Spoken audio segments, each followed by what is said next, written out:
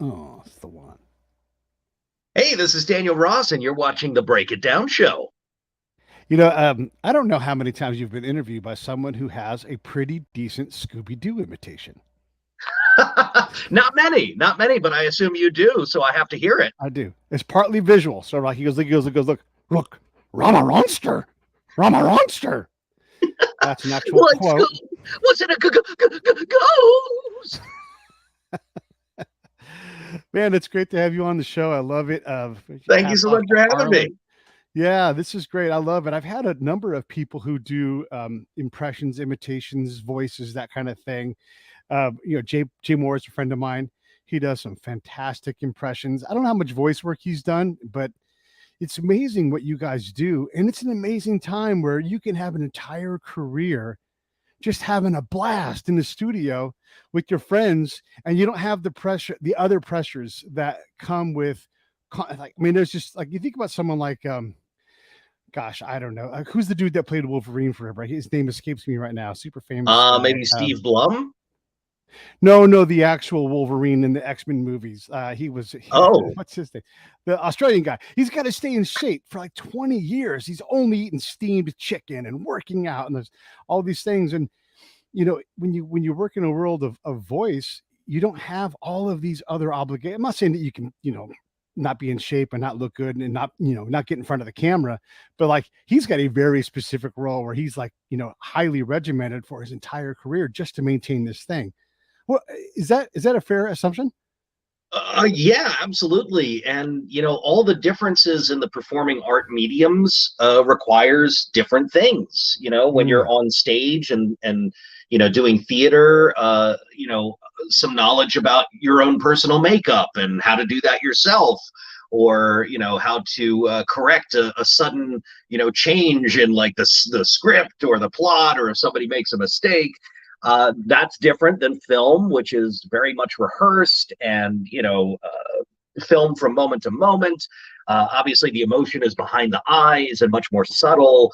And then you go to voiceover and you take away your ability to speak with your hands, to effectuate and emote with your face and your facial expressions, your eyes.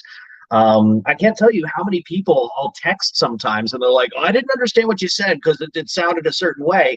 And it's because yeah. I don't have those tools to be able to communicate the same way. So I find voiceover, to be quite honest, as one of the most difficult and challenging mediums of the performing arts. Now, in my mind, when I see you guys doing it, you are doing the physical things. You are physically acting out these roles a lot of times.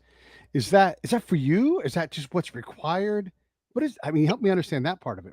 It's tricky because when you're doing voiceover, you're kind of glued to one spot in front of the microphone, within a window of your sound, and you have to maintain that. So you can't jump up and down. You can't, Right. make a lot of noise with your body because the microphone will pick that up. There are other avenues like motion capture or what we call PCAP, which allows the performer more leeway to be able to physically move around an environment rather than be glued, to one spot. But all of it, again, is a delightful challenge. Every different facet of the performing arts, I love. I get a real kick out of it. What's a bad day at the studio for you? What does that look like? A bad day is, I guess if my voice goes out, if I Mm, haven't been careful enough, or if I've just been overly stressed out, um, that can happen. yeah. If I didn't hydrate properly the night before, if I didn't eat well, if I had too many sessions, lots Yeah. of amazing things can happen. But that would be a bad day. Haven't had many of those. Vin Scully said he would keep a Jolly Rancher around and he would pop it in his mouth, not do the whole thing, but just enough to kind of recoat the throat and get the sugar in there. And that for him was a thing. So you're talking about your regimen, like, sometimes you get sick, sometimes you get laryngitis, but you're doing your damnedest to prevent that. Exactly. And, part of that actually means staying away from sugar on those instances because sugar interacts with the microbiome in the body. It causes different reactions, sometimes good, sometimes bad. Depending on what type of session you're getting into, you may want a little extra, something on the throat, or you may want less. So it really depends on the individual. But yeah, on the day, I stay away from sugars.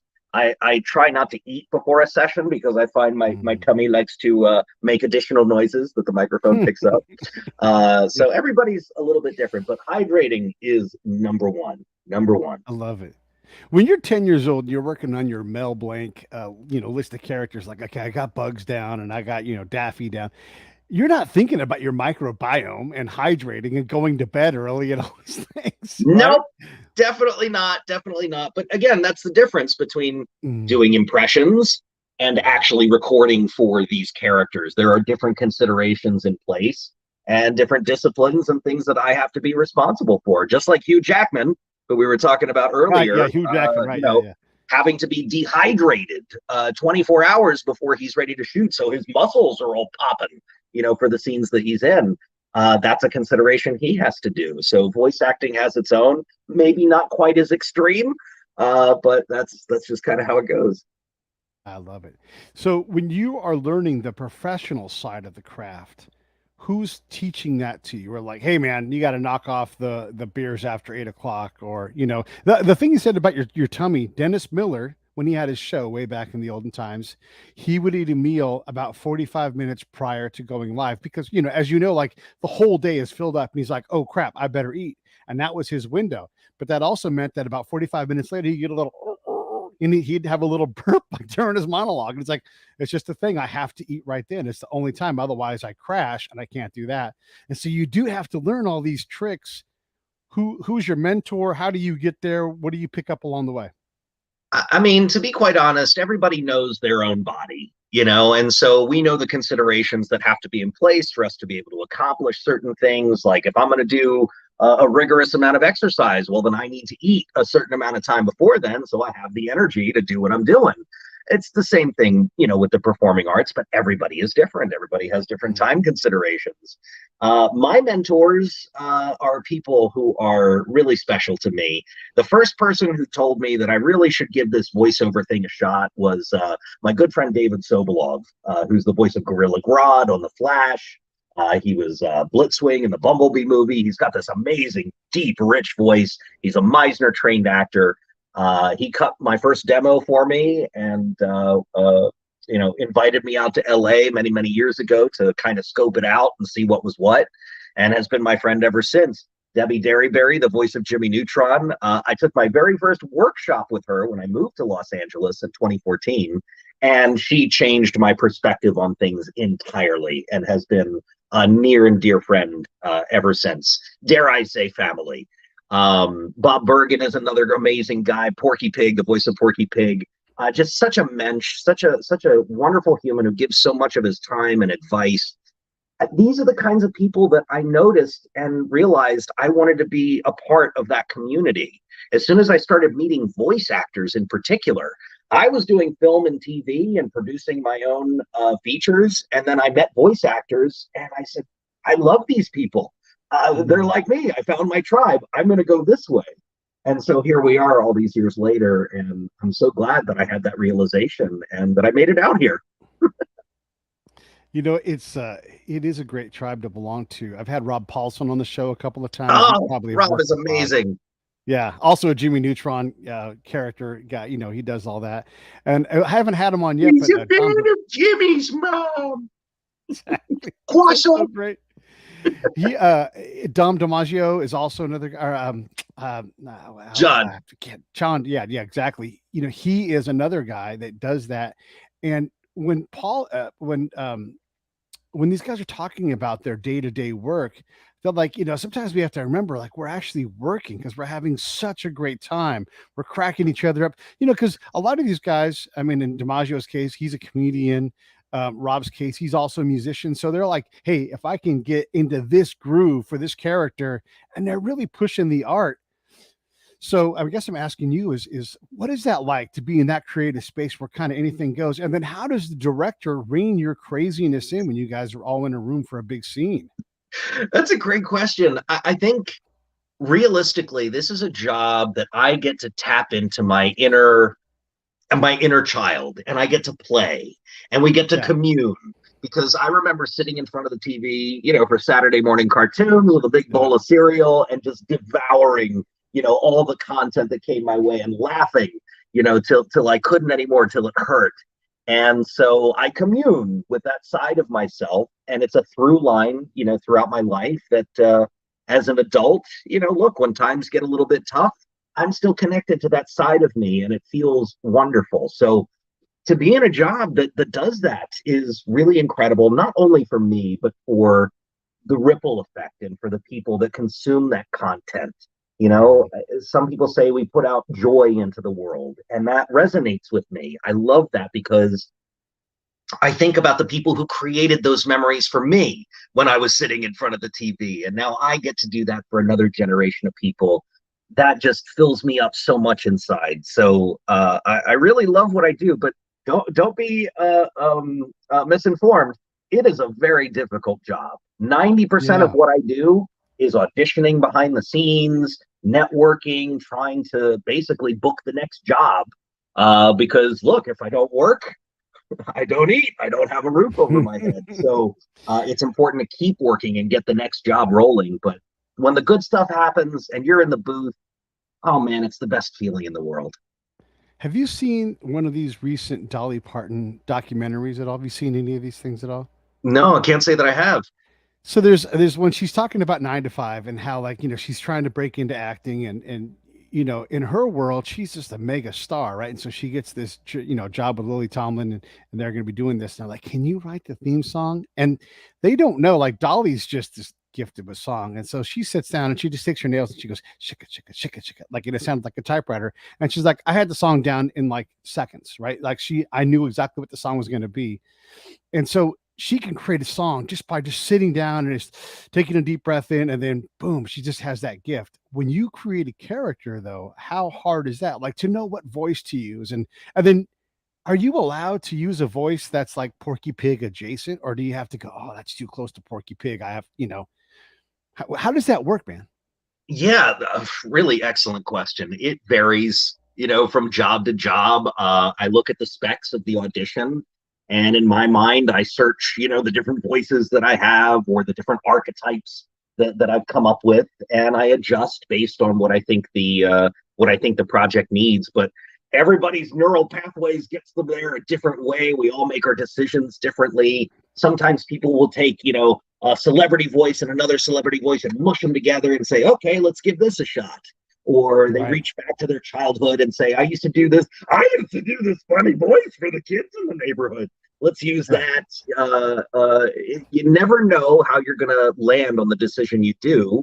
But that's just kind of how it goes. A lot of what I've done in terms of the big jobs that I've had have really been taking on legacy characters, Mm. characters that have existed before that I get the good fortune to embody for a short period of time, and that's really something. I guess being an impressionist when I was younger and mimicking just about everything kind of paid off in that respect.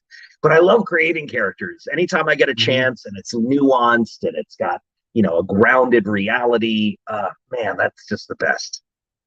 What is the difference between a character and a caricature, and when do you flip that switch? Mm. Man, you are kicking them off with good questions today. I love this. Trying, A man. character has wants, desires, needs, Hmm. feelings. A caricature is an outline of something. Like you were saying, like, do you do Porky Pig or adjacent? Adjacent would be a caricature of, Hmm. Porky Pig, maybe with some different flair accents. Hmm. I do think a lot of what I do is figure out the caricature and then Hmm. discover the character underneath. Because again, it's all different varying levels. It's not just doing a silly voice and sounding funny. It's about carrying the narrative of the script or the production and making people believe and love that character. Yeah, that love part. That part's that's the magic, right? Oh yeah. And so, I mean, I love this topic because it's just so rich and it's so creative, and all of that creation really just it happens here. And so some of that you can like worry about, but some of it you just have to like open the gates up. So I guess I'm going to ask you, how do you fill your tank? And then how do you know when you've got it? You're like, okay, like Dolly Parton sitting there, chicka, chicka, got it. Song's going to be written. It's easy. Oh man, being a creative, there's no one answer, there's no one Right. way to it. Sometimes you wake up in the morning and you're like, I'm just not feeling the spark today. Or sometimes you do, and it's like, oh man, I've got all these amazing ideas. Let me Yeah. get them out. I am an extroverted introvert. I need ample time to recharge my batteries in solitude. And so I think when I do get to go out and be with people and interact, it charges my battery in a different way. But then I need to go home and, be quiet for a while. So I feel inspired when I go out and see people, and then I recharge when I'm by myself. But look, self-care is a huge part of what we do. Right. Every week I go and I sweat in the sauna. That's one of my favorite things to do. I feel great afterwards. Sometimes I go out and I get a Philly cheesesteak because I'm from the East Coast and I need a little taste of home with a sprinkle of Old Bay seasoning on it.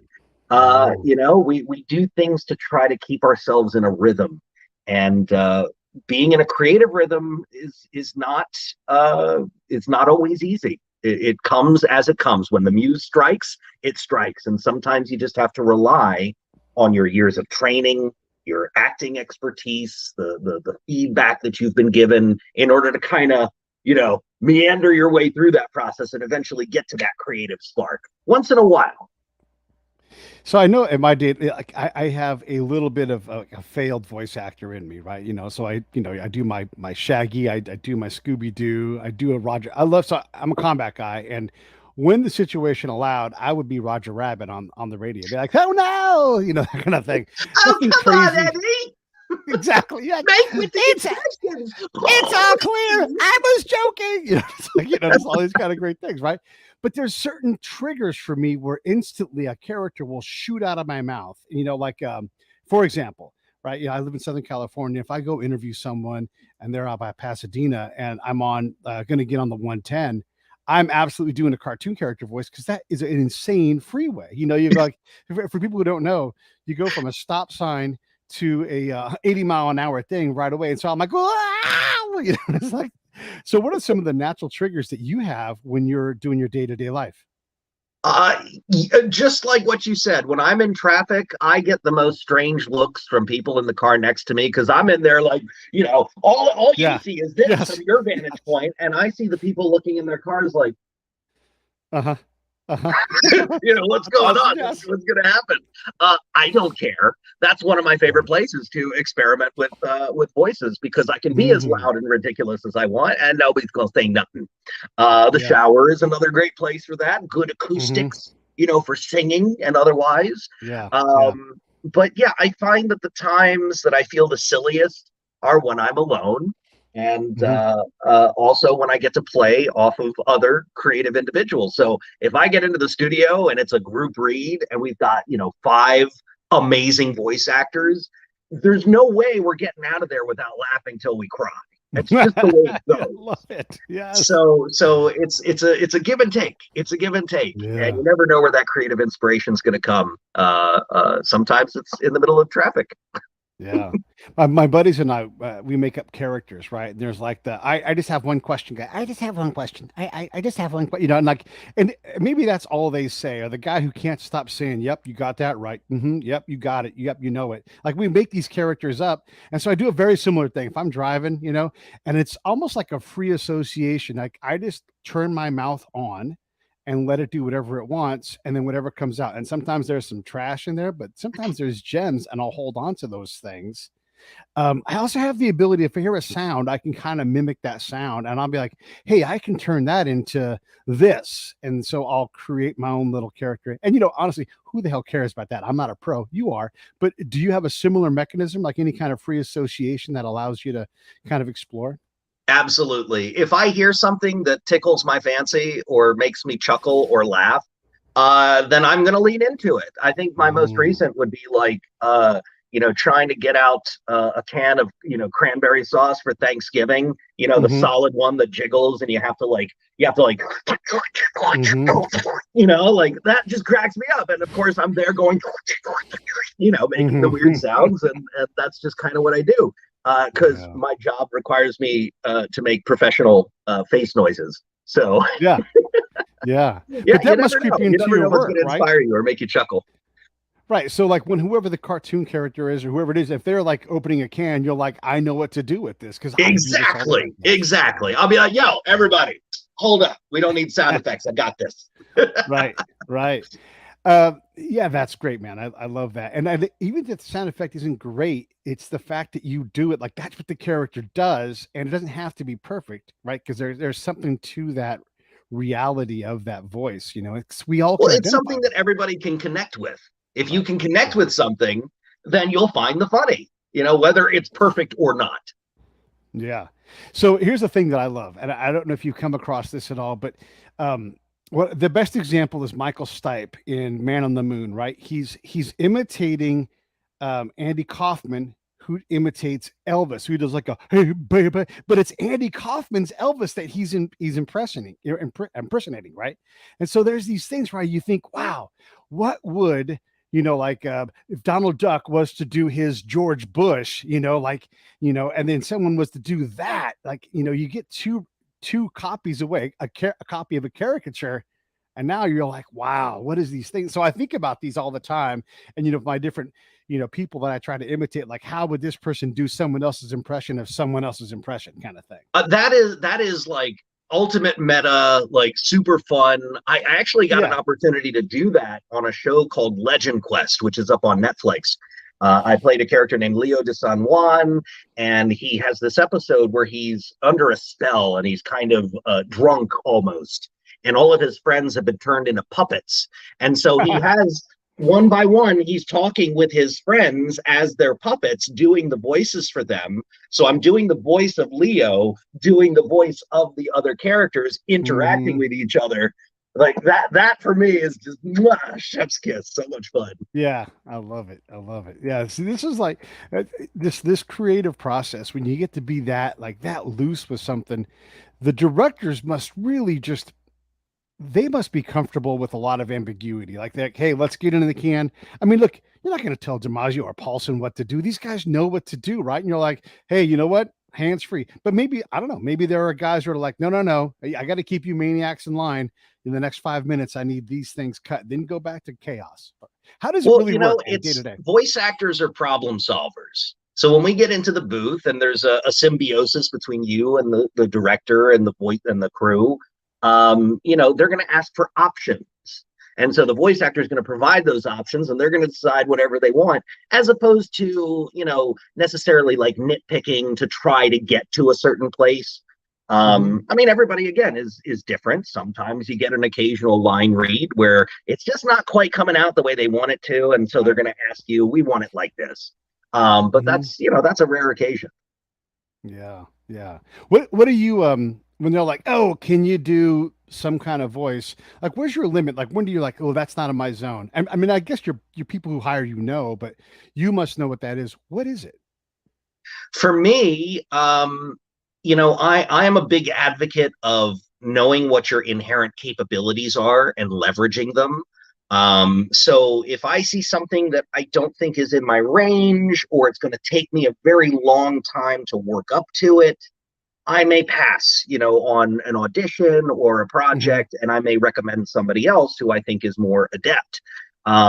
So anything that I do, I'm confident that I'm going to be able to nail it. I'm going to be able to do it. Anytime I audition for something, I know that I'm going to be able to bring my A game. So there's very little room for me to like make errors in that respect. Early on in my career, I didn't know my instrument. I didn't know my limitations. Mm-hmm. In fact, there was a situation where I kind of gave myself a slap because I knew better. I was recording for a video game called Multiverses, which is out now. Best fighting game of the year, according to All the right. Game Awards. And I play from the Gremlins movies, Gizmo, Stripe, and from Scooby Doo, Uncle Shagworthy. So Mm-hmm. I'm doing Gizmo and Stripe, and we were doing both in one session. Now, Gizmo is kind of a compression on the vocal cords. And so we're doing, fighting noises and exertions and, doing all that kind of stuff. And then we switch to Stripe, who sounds like Gizmo Kaka. Yum, yum. And so we're doing the exact same thing. And that switch up in my voice, I couldn't sustain that for 4 hours. And so I should have asked if we could split the session. You know, I don't get paid more for it, but we split the session to another day, give me a chance to rest up. I was so excited. I so wanted to get it right because Gizmo, I mean, from Gremlins, originally voiced by Howie Mandel. I mean, that's just super exciting. So I was like, I'm in my moment. I don't want to stop. This is so much fun. But at a point where I start to sound like this, I probably should stop. Lesson learned. Lesson learned. One of the things that I've noticed, and there's no rhyme or reason, but my hands will touch some part of my face to make my voice or my face make the face that I want it to make, right? So, you know, and this actually is doing nothing, but I feel like it's like a button or something. And I don't know why my brain comes up with this. Some of them are like sound specific, you know, I'll need to do. And who knows how to play their face and throat? I mean, it's not like a class, like if you do this, but you must do the same thing. Absolutely, 100%. And in fact, when I'm voicing Donald Duck, his tantrum, you know, it's all in the cheek. There's a pocket of air that the sound comes from. And so when I'm doing the tantrum, I am literally grabbing my cheek and reverberating, you know, to make the sound. Likewise, if Donald Duck is chuckling, I'm physically manipulating that, you know, with my hands. There are other things where, like, you know, if you're doing droopy, you know, droopy is where you pull the cheeks apart. You want to know what? You know, so yeah, there's physical adaptations. And let me tell you something.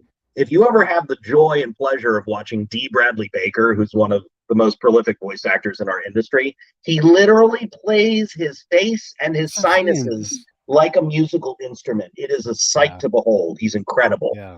Yeah, it's great. What is the difference between your droopy, which is professional, and my droopy, which is not? Like, is it a time commitment? I'm not trying to get into your game, but I'm just saying there's a difference, right? Like, I can do all these things, but I'm not a professional.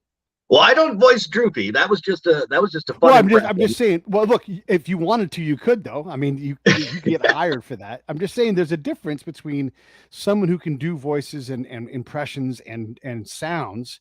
And then there's you. So I think obviously the background comes from training in acting, the foundations of acting, both for theater, for film, and otherwise, how to relay emotion, how to convey certain different things, and how do you layer those things into a performance. So to give you an example, when I first started with Donald Duck, that took me a while to really get to where I felt it was the character as opposed to an impression. Because when the audition first crossed my path, it was like, oh my gosh, I've been doing this my whole life. I feel like I've been ready for this moment. But I step up to the microphone and I hear every sound that comes out of my mouth, every stomach gurgle, every imperfection. And so my eyes were open and it was like, oh man, I've got to figure out how to make this polished. So I went back and I watched over 80 years of Donald Duck content because Donald Duck is 88 years young. And so I had a lot to go by. But I just started listening. How does he respond when he does this? How does he respond when he does that? You know, what does this stimuli make him sound like, or vice versa? How does he interact with his friends? What's the relationship like with his friends, with his nephews? And so you find a center for a character. And once you do that, the rest of the creation, the boundaries start to fall into place. So in my example, my first day showing up for Mickey and the Roadster Racers in 2015, I was just excited to be working for Disney. You know, I was still fresh in the industry and oh my gosh, I'm in the room. So I had to combat those emotions while I'm also trying to embody this incredible character. So that was a real challenge. And fortunately, I had Kelly Ward, who was my voice director, guide me through the process, you know, nudge me in certain ways. Well, let's try it this way, or let's try it that way. Giving me a good sense of the other characters, because we would all record solo. We would record in the booth by ourselves. And so I have to assume what the other characters are saying. And at a certain point, you just know what the sound of the show is. You know how your Mm. character is going to respond. And I would say about 3 months into that process, I could kind of step back and listen as Donald was, channeling through me, which was just really cathartic. But it took a lot of work. It took a lot of hard work, and I respected that work because I respected the fans. I knew that they had a certain expectation of what that character sounds like. They don't want to hear me; they want to hear the Mm. character. Now, my challenge, I know you didn't ask this question, but I'm going to tell you anyway. Yeah. My challenge in this process was Clarence Ducky Nash, who originated the voice back in 1934, voiced him for 50 years. The shtick was, what do you say? What do you say? So he was relatively unintelligible. And so for the preschool audience, I was told, enunciate as clearly as you possibly can so we can drive the narrative, so we can give Donald Mm. more things to say and do, and slightly pitch him up to make it sound a little more friendly. So we went from Clarence version to so we have the flavor, the essence of that character, Mm. but a little Mhm. bit more accessible to the next generation. That was a whole challenge in and of itself that I absolutely loved. So a buddy of mine does a lot of he does Emmy grade illustrations, right? And so he'll come up with a character, and we were talking. Look, I'm letting my brain do a free association, and it was kind of a beautiful night. Southern California, we get these nights where like the clouds are out there, and I'm like, it's really werewolfy tonight, And I thought, what if what if it's not just wolves? Like, what if you could be? And I'm gonna show you a picture. This is not the one I wanted to show, but it's a were pineapple, right? And so if I you're the love guy it. who's like cursed by the where, like, oh man, I don't Still get to goes eat this. on pizza. Right, exactly. So what is this guy? And look, you don't have to do this, but what does this guy sound like? What does a were pineapple sound like if it comes up on you? It's like, Well, can you throw the picture up again so we yeah, can all yeah, see yeah, it? yeah, for sure. So I want to Yeah. see. Okay, so he's got a lot of sharp teeth. He's got a lot of Uh-huh. sharp teeth. He's got these talons. So I assume this character might be carnivorous, as opposed Sure. to a vegetarian. So Okay. probably a bit more aggressive, a lot more teeth in the face. Maybe a little bit more quirky because he's a pineapple, and maybe Yeah. like some extra saliva because he's got all that pineapple juice. So I would assume maybe he would sound like this. Put me on your pizza. I love it. Yeah, see, like, and it's these moments. I mean, think about this silly thing, right? So I come up with this, like, it's not just werewolves; it can be were anything. Like, what if you were a were pineapple? And then, yeah, what would you like? Would you be like, God damn it! If I was going to get cursed by something, why do I got to be a pineapple? But then it turns out, hey, I'm great at parties. Oh, you're making a pina colada? Brrr, you shove your hand in. You're like, there you go. I'm on to the next thing. And then so I go to Tom. His name's Tom, and I say, "Hey Tom, I had this idea for a character, and he's so goddamn gifted. He's just like from my words to on my computer desktop in just minutes, and it took you seconds to know who this dude was. Right? It's an amazing thing. I mean, was that the one that would get cast in the job? I don't know. That's up to the powers Who that knows? be. But yeah, my training and all the years that I've been doing this, it gives me the ability to look at that and say, okay, I know which direction Yeah. to go. Where I remember getting started, that would have taken me several minutes. It would have Mm-hmm. taken me several minutes to kind of like, well, I think I can do this. And I think maybe it Mm-hmm. would sound like that. In this case, I just look at it and I'm like, okay, this is what Yeah. I know I can do. Here we go. We Right. connect the dots. And if I was a director and I said, "Hey, I want him to be a wetter sound, like I want a little more like because he's got pineapple juice, like you'd be able to like shape that with me." I'm assuming. Yeah, I might physically adjust. I might decide, well, I might lay down on the floor for this character to get more of a glottal, Right. sound, or I Yeah. might pour some water in my mouth just to have a Mhm. little extra, something Yeah. Yeah. going on there, or something, Yeah. Yeah. who knows? Oh, I love it. It's so much fun, man. I appreciate you doing that. I know you don't have to do that, but I think it's just a fun way to look at like the magic that you guys create because it is like you're taking your wand and you're putting it over the hat and you're like, pow, rabbit, right there. And just it's right in front of our eyes, but you I have really such an do it. appreciation for artists, people who can take an idea and create something, whether it's in the physical medium, performing arts, or otherwise. my mom who taught me how to do the Donald Duck voice when I was 3 years Mhm. old. She Yeah. was an artist of her own right. She would draw, sculpt, paint, and every day that I would come home from school, I had the experience of walking in the door and smelling fresh ceramics and knowing that there was Mm, something exciting that she had been working on, that she had brought to life, that I would get to, pour over and be excited about. I love it. And anytime I meet people like chefs, people who cook for others, that's a form of art. Yeah. They're creating an experience, they're stirring emotion. And I think no matter what the medium, I really have a deep love for creatives and how they accomplish their processes. I just happen to go in one particular direction. The performing arts. That's one bubble under the umbrella, so to speak. It's a great direction. It's wonderful, and I'm glad you had that. And God bless moms who do these things. They open our minds up. And my mom, I was raised in the '70s as a little kid, right?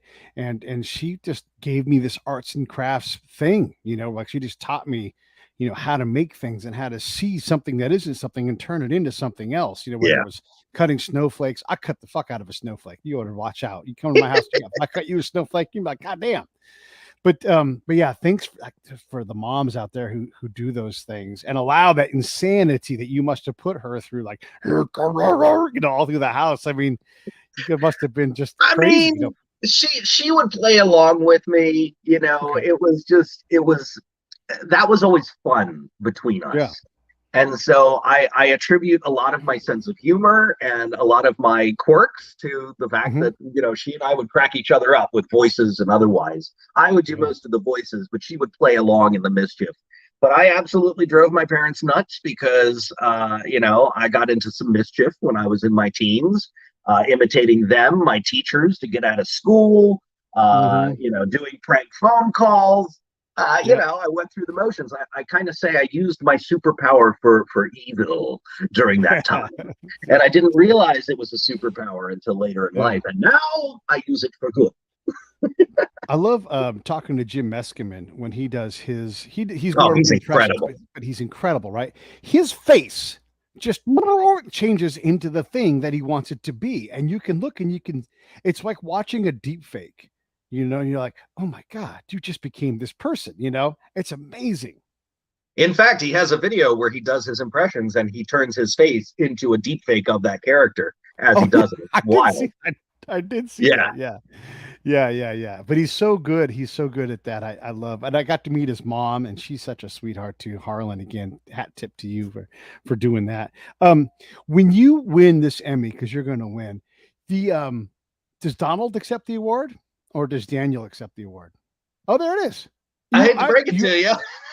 you won it already. We won. We No won. shit. The Emmys were this Sunday, and oh my gosh, yeah, this happened, and I'm still digesting the information. This thing is 6 pounds, by the way. I Very didn't good see for a it right workout. behind your head. It's almost invisible, but now it stands out like a sore There you thumb. go. Hey man, congratulations. Way to Oh, go. cool. Thank you Did so you much. ever did you You ever know, think it's one of those things where I didn't get into this for the accolades. I got in it to do what I love for a living. Mhm. And so to come across this threshold and to be first and foremost Emmy nominated, along with some of the most incredibly talented people that you'll ever come across, Yeah, I was beyond excited and grateful to just be in that company and to be in the room, to be considered. that's so And great. so when this happened and they called my name, the only thing that I was thinking about was Mama Duck, my mom, Mhm. because, like I said, I lost her this year to Oh, cancer. And the last thing that she and I watched together was Mickey and Minnie Wish Upon a Christmas, which is what I was nominated for. So to have an opportunity to honor her and her memory and her mhm. legacy of joy through me in this way to such a broad audience, to share that moment of vulnerability, uh, I love who it. could ask for anything better?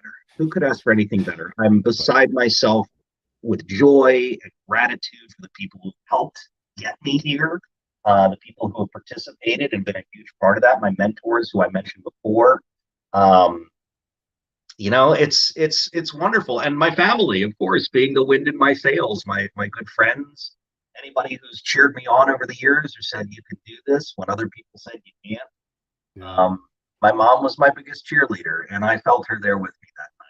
And so I to love do it. that in front of Hollywood and say, "This is for you, mom," uh, you know, moms have a special place in all of our hearts. What can I say? Yeah. Yeah. Yeah. Oh, amen to that. I mean, they really do. And she really is. She's there with you in that moment because she is you, right? Like it's just this incredible thing. I'm so glad. I wish I would have known. I would have started the show differently, but the you No, it can't keep leads for track of it every leads for damn good thing. good alternate Oh conclusions no, and I'm totally surprises. stoked for you. So did you do Donald's voice when you got the award at all? I did. I did. Okay, good. If you go to my social channels, and I hope your Okay. audience will, you can find me at actor Daniel Ross across social media. I posted Yeah. it on TikTok, Instagram, Facebook. Yeah, I started it out by saying, because that's you have to do that. Yes, you do. You do. So that was pretty special. That I mean, look, this character, there's only been three of us who have voiced this character, Is that right? officially for Disney in his 88 years. And to be a steward of that character that is just so beloved the world over, the most recognizable cartoon character voice of all time. Uh, I'm still like, pinch me, please. Yeah. Wow, man. I didn't realize there's only three of you. That is Yeah. incredible. Clarence Ducky Nash, Tony Anselmo, who still does the voice to this day. He and I just Mhm. work on different projects. And then little old me. Man, wow. What a thing, right? So let me ask you this question then. Let's go back to the direction. When did, and I asked Rob this question, it's really interesting answer because there's several things that go along in a career like you guys have. Anybody in Hollywood goes through this. But when did you realize, holy shit, I can actually do this? I'm actually going to be able to make a living doing this. And then when was the valley where like all the calls stop coming in and you have to withstand that, or you learned how to say no and survive that because you can't say yes to everything. You talked about a story like that earlier, like yes, yes, yeah, I'll do all these voices in the same day. And then did anything else jeopardize your career? Like, Rob had throat cancer, right? So there's all these things. When did you know? What about any valleys and then anything else impact your ability to maintain your career? Because to be around this long to get these gigs, you have to have weathered storms. Yes, absolutely. And thank you for letting me address that part of it too, because it's not always smooth sailing. It's not always, sunshine and puppy farts, as I like to say. Uh, I think when I moved to Los Angeles in 2014, I lived in Maryland. I grew up in Maryland. I had a film production company that I was working with. I worked at Target full time as a manager. That's where all my family and friends were. And I decided to come out here and give this a shot. That was a calculated decision. I knew that voiceover and characters was a superpower of mine, imitating characters. That's something I could do. But I thought, if I'm going to give myself a shot in LA, if I try to do on camera and other things, I'm going to be competing in a way that I don't know that it will be fruitful. Let me see if I could climb in the window. Maybe voiceover is the way that I climb in the window to get a footing. And I think that was the best decision. It was a calculated gamble, a risk, but I came out here and I had a plan. And within the first year is when I started booking things. I was working overnights at Target, managing the logistics process, all the Hey, trucks coming whatever. in, the freight going out. And I was working 10 p.m. to 8 a.m. most days. And I'll never forget when I finally decided, my gut was telling me, Daniel, it's time to lean into voiceover. You're starting to book things. It's time to give up your health benefits and your security, and let's give this a shot. Uh, Right. as I'm driving off the parking lot from Target after I quit my job of over 10 years, my agent calls and says, "You booked Lucky the Leprechaun." And I go, "I got lucky? Oh my gosh, I got lucky. I feel so lucky. Oh my gosh." That was my first sign, like from the universe, that, okay, Hmm. trusting my instincts, going with my gut is going to pay off because you have to find those nuanced moments. So, Sure. yeah, Lucky the Leprechaun was the first thing. Donald Duck came shortly thereafter. Legend Quest on Netflix. I was working a lot and it was a dream come true. In 2020, most of my shows came to an end. Mickey Mouse Mixed Up Adventures had ended. We had worked on the specials. The Tom and Jerry show had ended. And so I was in this place of like, I'm not sure what's going to come next. And then that was the pandemic. That came next. And so all of Hollywood shut down, except for the voice acting industry. Stand-up comedians, on-camera actors all started flooding into voiceover, and opportunities started to become a little bit thinner. And I really started to worry, like, how do I go out and network when we're in lockdown? How do I go out for coffee and do lunch? I can't do that. How do I stay in people's periphery? So I leaned into, of all things, TikTok, and started, just using that as my creative outlet to stay in touch with my friends. Like, this time sucks. We're all going through stuff. We're all losing people that we love dearly. Maybe I can make a couple people laugh. Maybe that's what I can do in this moment. I took to Cameo and I was donating my proceeds to Meals on Wheels, but it was like, what can I do? What can I do to have a career, stay afloat, make the world a better place? What do I do? TikTok happened to be it. And so I'm 1.3 million followers now on TikTok. I go to conventions and people recognize me from TikTok as opposed to my characters, which is mind-blowing to me. So to have developed that community, it really was just rolling with the punches. What does life have to throw your way, and how are we going to ride that wave? You're either going to sink or swim, and I chose to swim. Can someone come to Hollywood and repeat a path like you and dig in and have a voiceover career right now? I'm going to say yes and no. Nobody's path is the same. Nobody's path is the same. I would never say like someone couldn't come here and carbon copy, like follow the steps that I did and find their own success. But I think it's unlikely. It takes a lot of sacrifice to move where you physically are and say goodbye to friends and family and take a chance on something that you've always wanted to do. My life was set out for me. And somebody told me a long time ago, don't be afraid to let your dreams change. So we pivoted, and that was the best decision that I could have made. Not to say it doesn't come with certain hardships. I miss my family. I miss, hugs and family gatherings, but I fly out every so often and I can still get that. It's just further and far between. But yeah, you kind of have to be here. A lot of people ask me, can I do this online? Can I do this from anywhere? Yes, you can. But if you want to get into the big stuff, the big animated shows, if you're going to be a member of the union, a professional performer, and do this thing, you have to be here. You have to be here to shake hands, get some babies. This is why I'm pushing back when I'm saying no. Like, yes, Will Smith can go live somewhere else. Yes, Rob Paulson could go. If you're established, then they don't mind. And maybe you don't want to live in LA, but yeah, to be known. I mean, how many times as an actor here? Oh shoot, we should have thought of you. You would have been perfect for this role, right? That's on you as the actor. Like, you've got to be in front of these people, and like this sounds fake and phony, but you have to be in your marketplace so that people know that you're available. And it's like, oh, this is a job. This is a job. I run a business, and you have to advertise your business. Otherwise, it goes under. So I have to let people know what my capabilities are. It's not attached to my ego when I say, hey, I think I can make you some money if you bring me onto your project because I think I'm good at what I do. I have the training. I have the years of expertise. I've got the blood, sweat, and tears. I have the accolades. Like, let's go. I have to do that. That's part of the job. And the thing about being in LA, that availability is a massive capability. Like being the guy down the street from the music studio, like, hey, we need a drummer. Well, there's Dave. And you just like walk down the street, like boom, That has happened to me so many times. Like, hey, we've got this thing. Are you available? It's at the studio. We need you in like 30 minutes. And I'm like, yeah, I'm not doing anything. Sure. Okay. And it turns into something spectacular. You never know. I happen to be standing right next to you. Here I am. Right. Yeah. So you can do it from far away, but you're putting up barriers that someone else is going to cut your throat there because they're there in town. They're going to the Dodger game and they see the guy, and it's part of the business, right? It is to be there, and that's, I don't know. Anyhow, well, I used to think, hey, if I book something big, I'll fly out to LA and I'll take care of that, and then I'll fly back.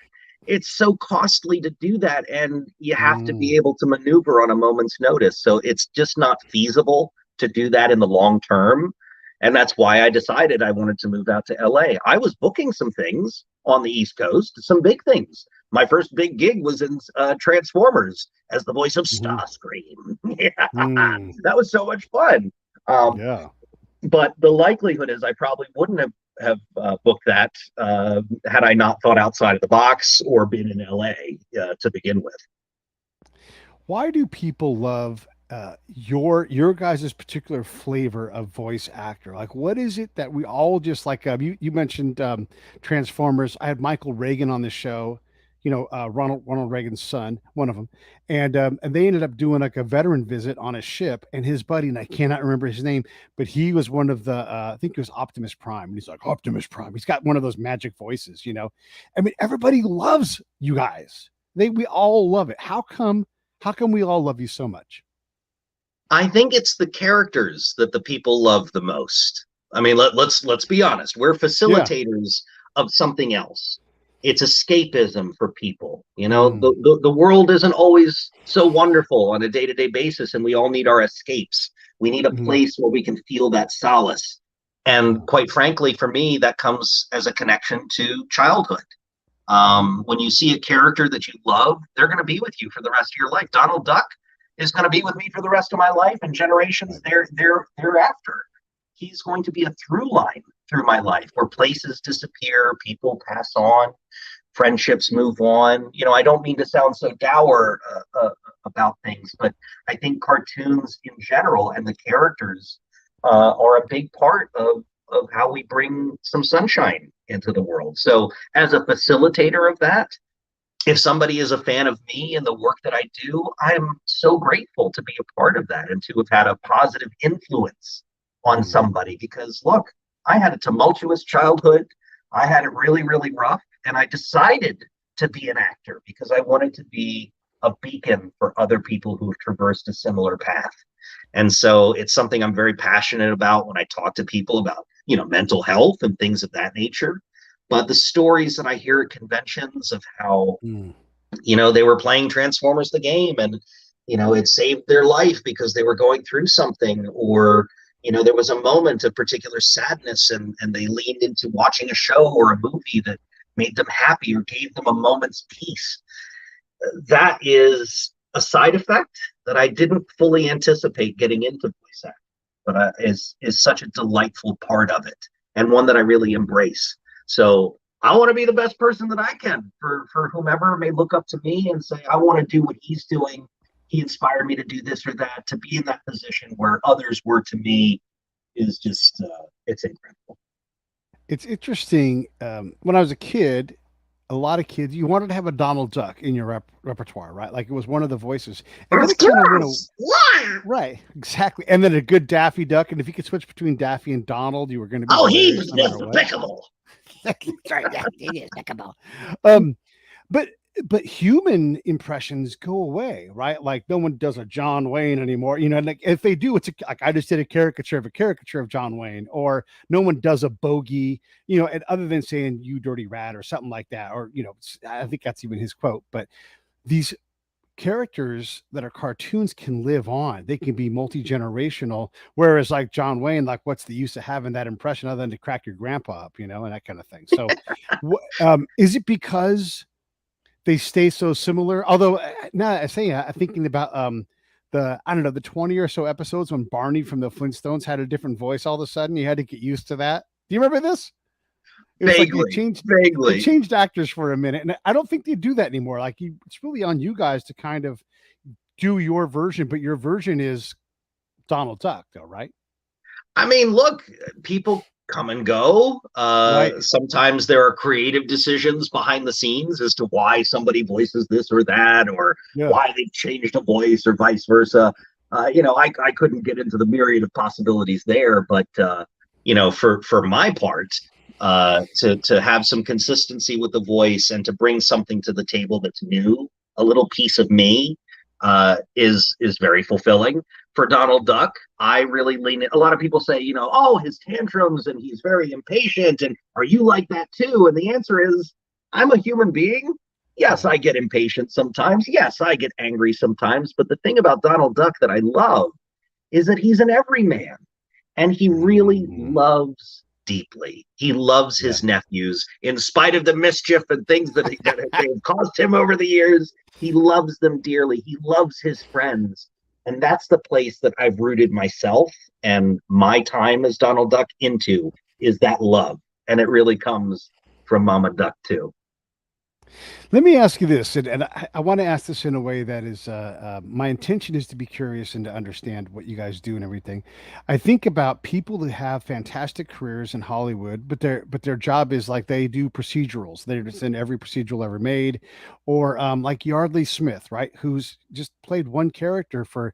I mean, look, oh my God, this is the dream. Or is it like, does Casey and the Sunshine Band want to play?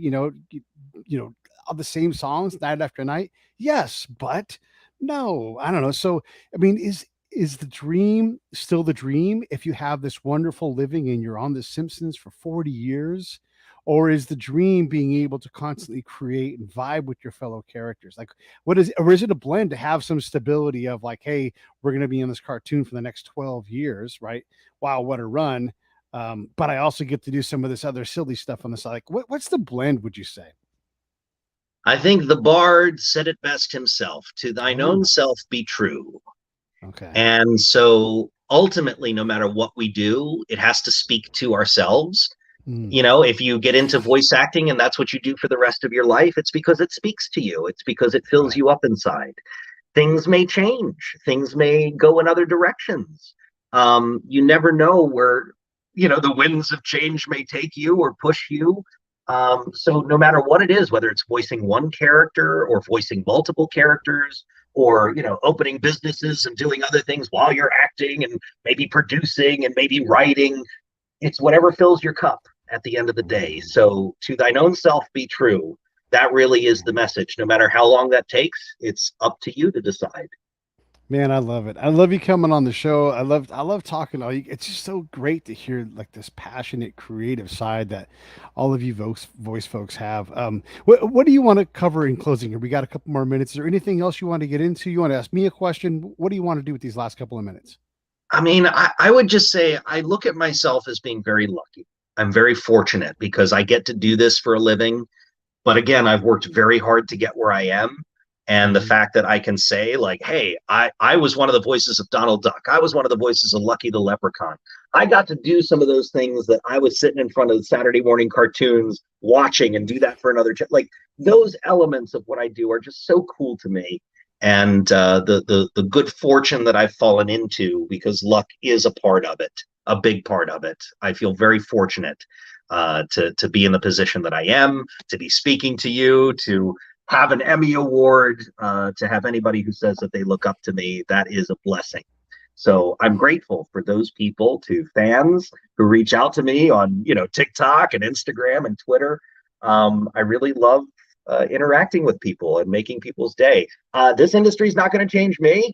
I'm just going to be myself. I'm going to be my same quirky, weird self as long as I can.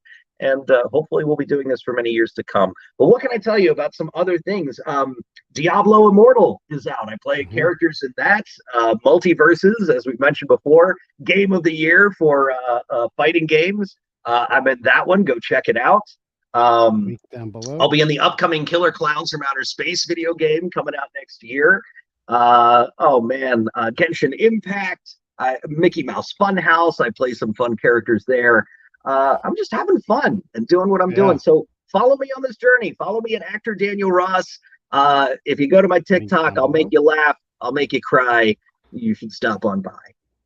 I love it, man. Thanks so much for coming on the show. I'm gonna roll the credits. Stand by for 1 sec. Hey, Hey, thanks for watching the show. I really appreciate it. Right here, you can subscribe. Please do that. It makes the show grow. Hit that notification bell so you know which incredible guest is coming up next. Down below is the PayPal link. You can put a small subscription in. That is an enormous help. All that money goes right back into the show. And then right up over here are the next episodes you should listen to, curated by yours truly.